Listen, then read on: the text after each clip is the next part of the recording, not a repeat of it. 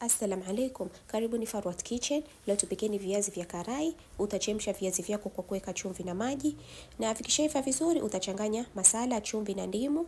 Utachanganya vizuri, masala yako uhakikishe ni nzito nzito ili viazi vipakike vizuri. Kisha utaanza kuvipaka viazi vyako masala kama hivi.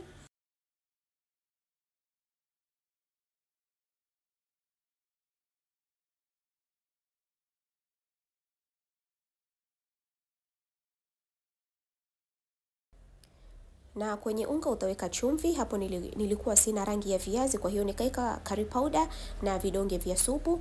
Utaweka maji, ukoroge vizuri. Na baada ya kuchanganyika vizuri, uhakikishe unga wako sio mwepesi sana. Baada ya kuchanganyika vizuri, utachukua vile viazi, uviweke kwenye unga huo, kisha utaweka mafuta motoni, na ikishapata moto, utaanza kukaanga viazi vyako kama hivi.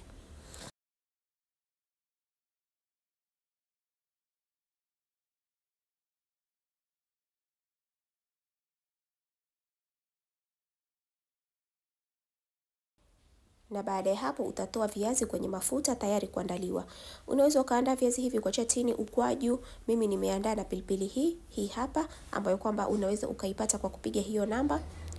Asanteni sana kwa kuangalia video hii, mpaka wakati mwingine, kwaherini.